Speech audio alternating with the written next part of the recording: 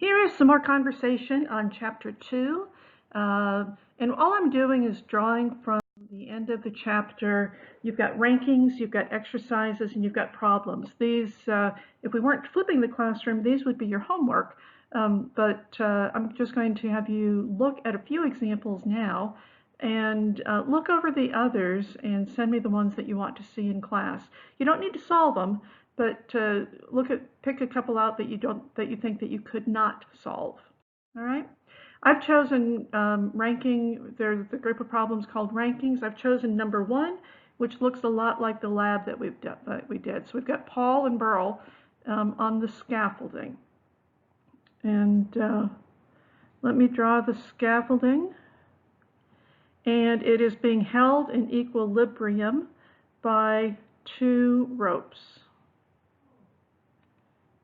Okay, and like our lab today, these two ropes are the support force for the mass of the equilibrium as gravity, or mass of the scaffolding as gravity is pulling it down, and anybody who's on it.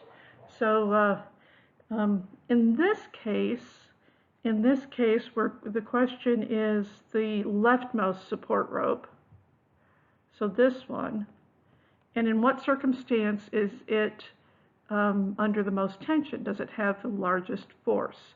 In A, we've got our 2 painters here and here, so their forces are like that, and about equal for the 2.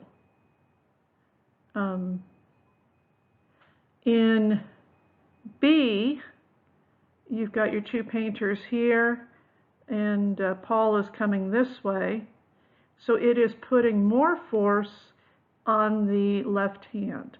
And as this would be happening, the measurement of force on the right hand is getting less, and the left hand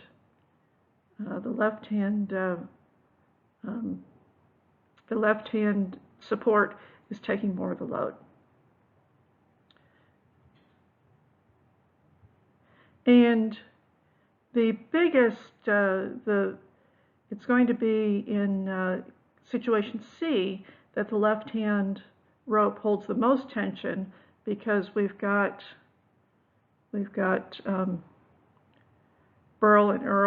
Paul and Burl both here, and both of their forces are on this side. All right. Let me know if you still have questions on this problem. This looks just like our lab. This is problem number 2 in the ranking group of problems in your book. It says to just rank them. I'm going to actually calculate them so that you get a little bit more practice. If you want to pause the video right here and try to solve it yourself, that's great, or you can just wait and watch me do it. All right. I'm going to start with block A. So here is block A. It's sitting on a table, and we'll make red for right. It's getting pulled to the right 5 newtons with a force of 5 newtons.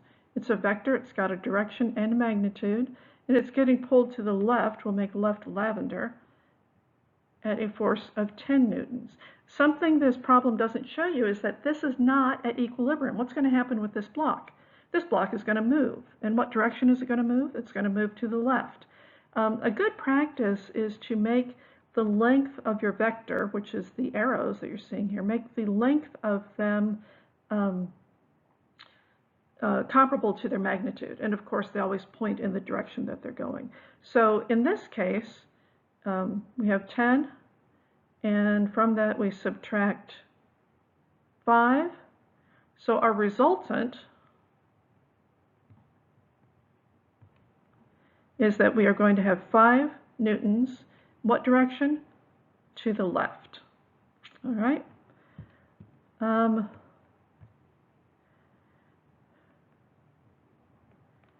Let's look at this one. So in this case, we've got the block on the table. It's getting pulled to the right. I'll make it red at a level of 3 newtons, at a force of 3 newtons. It's getting pulled to the left at a force of 7 newtons. All right? Which direction is the block going to move? It's not in equilibrium. They don't add up to 0. It's going to move, do I need to do the math on this one? 7 minus 3, so the resultant is that it's going to move 4 newtons at a force of 4 newtons to the left. In a couple chapters, we'll calculate how fast it moves. We're not ready to do that yet. All that we know is that it has a net force of 4 newtons to the left. All right. Here's our next one. This one should be pretty apparent to you that it is the biggest force pushing it to the left. We'll draw it. So there's our block. Here's a side question for you. Does it matter what the mass of the block is? And for this problem, no, it does not, because you're not worried about the force of gravity in the block. That's not included in this problem. This problem is getting pulled to the right at a force of 4 newtons, and it's getting pulled at a force to the left. It's getting pulled to the left at a force of 8 newtons. So the resultant is 4 newtons to the left is the resultant force. And the last one, there's something special about this last one. In this case, whoops, there's our block. And in this case, it's getting pulled to the right at 3 newtons, and it's getting pulled to the left at 3 newtons. This is the only block out of all of them that meets the equilibrium rule. So it is, in fact, the summation of the forces equals 0. The 3 newtons to the left is perfectly counteracted to the 3 newtons at the right. So that is the only block out of these 4 that is in static equilibrium. All right. So the question was to rank them, and if you are ranking them, the block with the least net force is block D, followed by block A, followed by block C, and block B. Had those in the wrong order, but the least force is block D, followed by B, A, and C. All right. Here's your next problem. We have Nellie Newton. We will see her a good deal. Nellie Newton is hanging from a pulley, and I will give her a green force. So the only thing acting, the force acting on her is gravity. All right. And she is hanging. It does not say that she is moving. We don't know how to calculate that yet anyway. We will. But she is being held up by these 2 ropes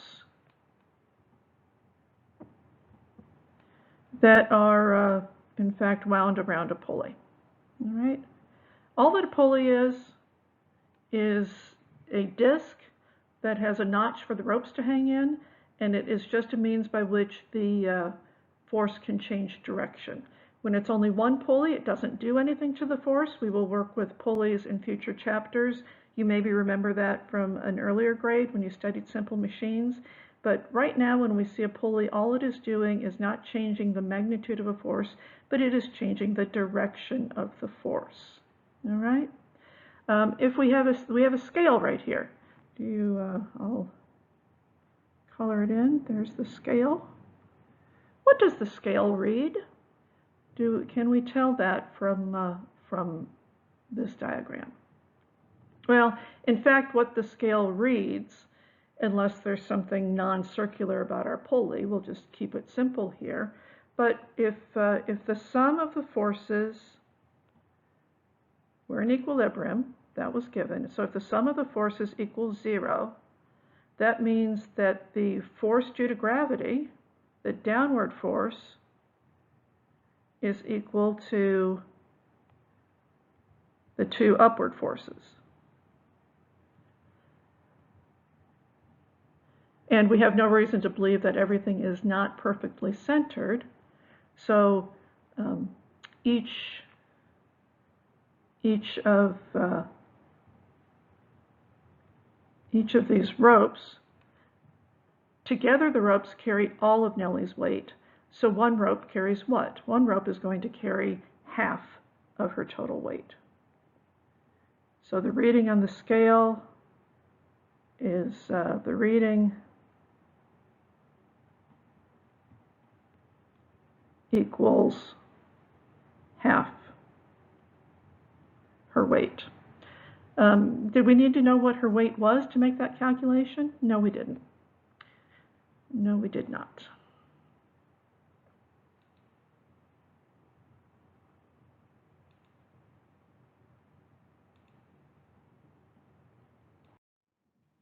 All right, we're working with another painter, and this guy is Harry, and probably another former colleague of the man who wrote your textbook.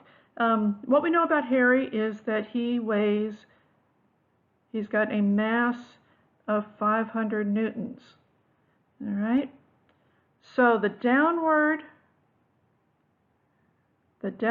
force from his body mass is 500 newtons, all right, in either scenario. He's sitting in what's called a bosun's chair, which is a term that comes from the Navy. It's kind of like the swing from your swing set with two ropes coming up from it.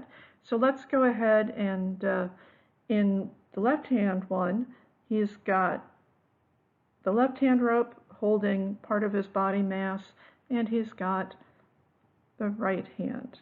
I'm sorry, I misspoke. There's a force on these ropes that together are equal to the force downward because he's in equilibrium. So his force downward is equal to the force on the right-hand rope and the force on the other right-hand rope. All right, the left and the right are exactly equal to to the force of gravity pulling him down, pulling his mass down. All right, he's in equilibrium. He's not going anywhere. If we did some algebra, we could see that this matches our summation of forces equals, did that wrong? Summation of forces equals 0. Okay? That is for this scenario where his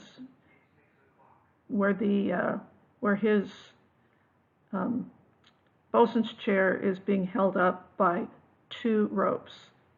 Okay? Now, he's done kind of a lame brain thing here. And on the other side, for whatever reason, he has decided to tie one of his ropes to the flagpole. Okay? So the left-hand rope is still giving a counterforce. What good is the right-hand rope doing for him? Well, the right-hand rope is doing nothing because it is no longer attached to it's no longer supporting his chair. So in fact, he is not going to be in equilibrium any longer because his downward force is 500 newtons, but that rope is going to break at 300. So Harry is taking his vacation early, and he's just in a world of hurt.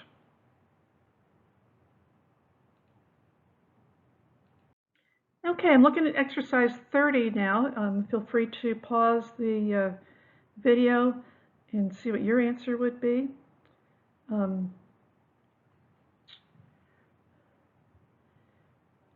Remember that for the pulley, this is a pulley, And when there's only one pulley, it does not change the magnitude of the force, but it can change the direction of the force. All right? The man on the right is pulling down, and the block on the left is pulling down due to the weight of gravity. All right? The upper limit of what this man can pull is going to be the force, the mass of the block itself. Because if so long as he is more massive than the block, he can pull it down. If the block is more massive than he is, so if that is more massive than he is, all he's going to do is start climbing the rope. He'll lift himself up right off the ground. It'll be as if the rope were attached to the ground.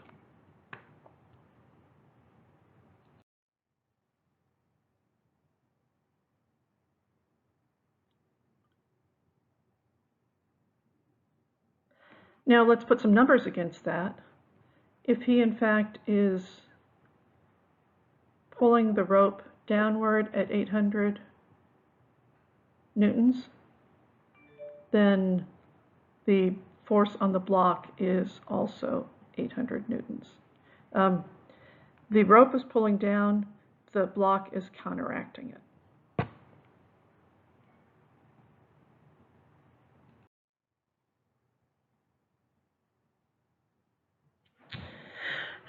Okay, we've got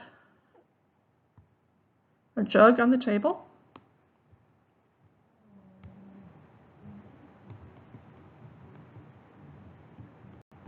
Okay, and it is the only thing, it's empty, so the only thing pushing down is the weight of the container for which there is a matching support force going up. No, I'm not going to do that. We'll put the support force,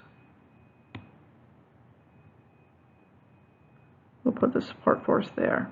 So it's underneath the table holding it up. If we add water, if we add liquid to our container, that's more mass.